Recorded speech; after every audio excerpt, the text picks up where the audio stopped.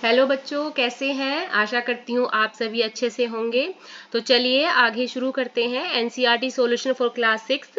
आज हमारा चैप्टर है प्लेइंग विद नंबर्स।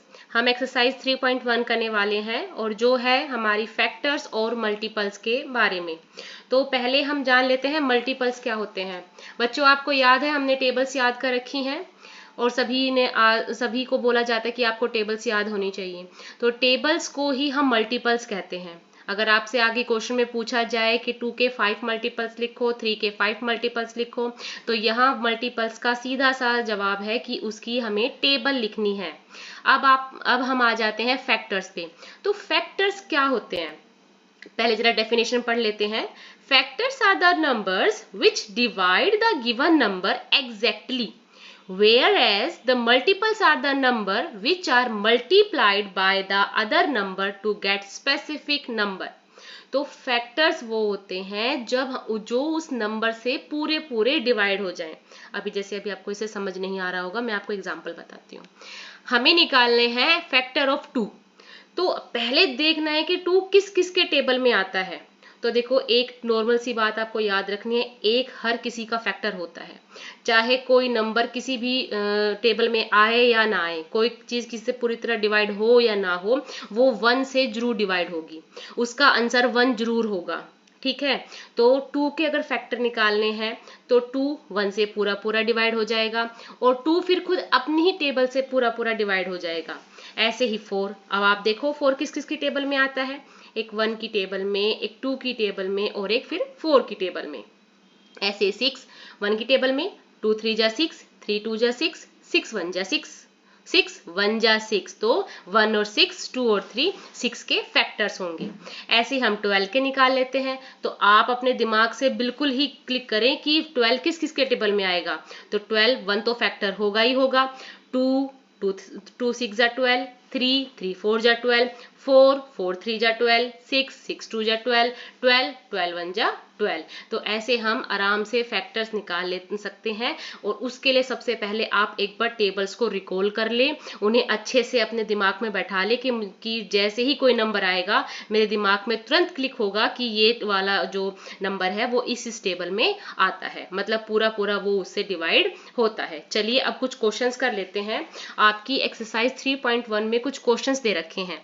यहाँ मैंने सारे क्वेश्चंस लिख लिए हैं कि अभी हमें इन सब के फैक्टर्स निकालने हैं।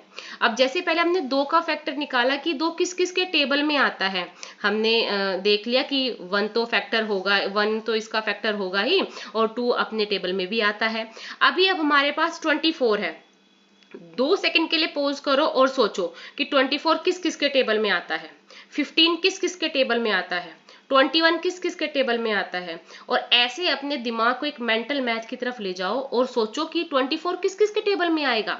तो जैसे अब आगे है इसका कि हम देखते हैं 24 1 फैक्टर होगा, 24 1 जा 24। फिर 2 से अगर डिवाइड करते हैं इसको तो 12 पे आता है, 3 8 जा 24 होता है, 4 6 जा 24 होता है, 6 4 जा 24 होता है। तो अब आपने देखा जो हमारी लाइन बनी है 1 2 3 4 6 8 12 24। तो अब 24 हमारा इन टेबल्स में आता है या इनसे पूरा पूरा डिवाइड हो जाता है। इसी प्रकार हम 15 का देखेंगे। खुद ही पता है 15 अगर किसी भी चीज में 5 पीछे है तो वो या तो 1 में आएगा, 3 में आएगा, 5 में आएगा और 15 में आएगा। तो देखते हैं क्या है। 15 है, 1 1 15 जा 15, 3 5 जा 15, 5 3 जा 15। और देखो ज्यादातर 5 के टेबल में ही चीजें आती हैं, 3 के टेबल में 15 आता है, इसलिए 3 5 जा 15 होता है। तो देखते बता सकते हैं कि 1 3 5 और 15 के फैक्टर है। बच्चों फैक्टर निकालना बहुत ही इजी है। आप जैसे आपको टेबल पता चलेगी आप तुरंत निकालना स्टार्ट कर दो। छोटी डिजिट्स के आप आराम से फैक्टर्स निकाल सकते हो कि हम कम से कम 20 तक तो सभी को टेबल याद होते हैं, नहीं भी होते हैं थोड़ा सा हम अंदाजा लगा के निकाल लेते हैं। अब जैसे 21 है, 21 देखिए क्या होगा, 1 20 जा 21, 3 7 जा 21, 7 3 जा 21। तो इसके फैक्टर क्या हो गए, 1 3 7 एंड 21। और हाँ अब आप देखोगे मैंने पूरा लिख रखा है, तो बच्चा अब आप एक बड़ी क्लास में हैं, अब आपको लिखने का तरीका भी आना चाहिए कि आप कैसे सवाल को सोल्व करेंगे और कैसे एग्जामिनर या टीचर उस सवाल को देखते ही कहेंगे हाँ इस बच्चे को आता है। तो आप पूरा लिखें, आप पूरा करके दिखाएं कि किस किस के टेबल में वो आता है, किस किस से पूरा वो डिवाइड हो जाता है।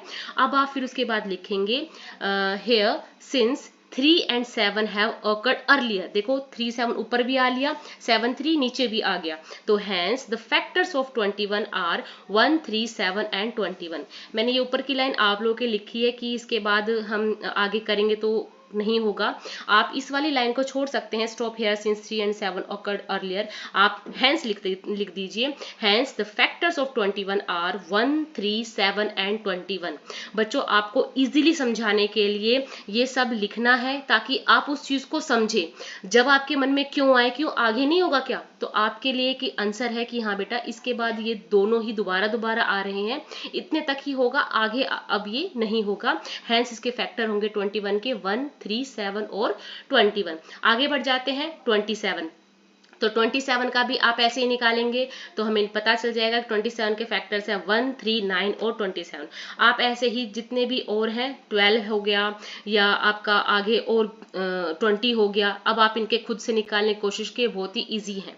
जैसे 23 है, 23 देखो अब 23 किसी के टेबल में आपको नहीं दिखाई देगा, या तो वो सिर्फ अपने टेबल में आता है या 23 के टेबल में आता है, क्योंकि 23 क्या है, प्राइम नंबर है। और आपको पता ही होगा प्राइम नंबर वो होते हैं जिनके फैक्टर दो होते हैं, एक 1 और वो दूसरा नंबर खुद।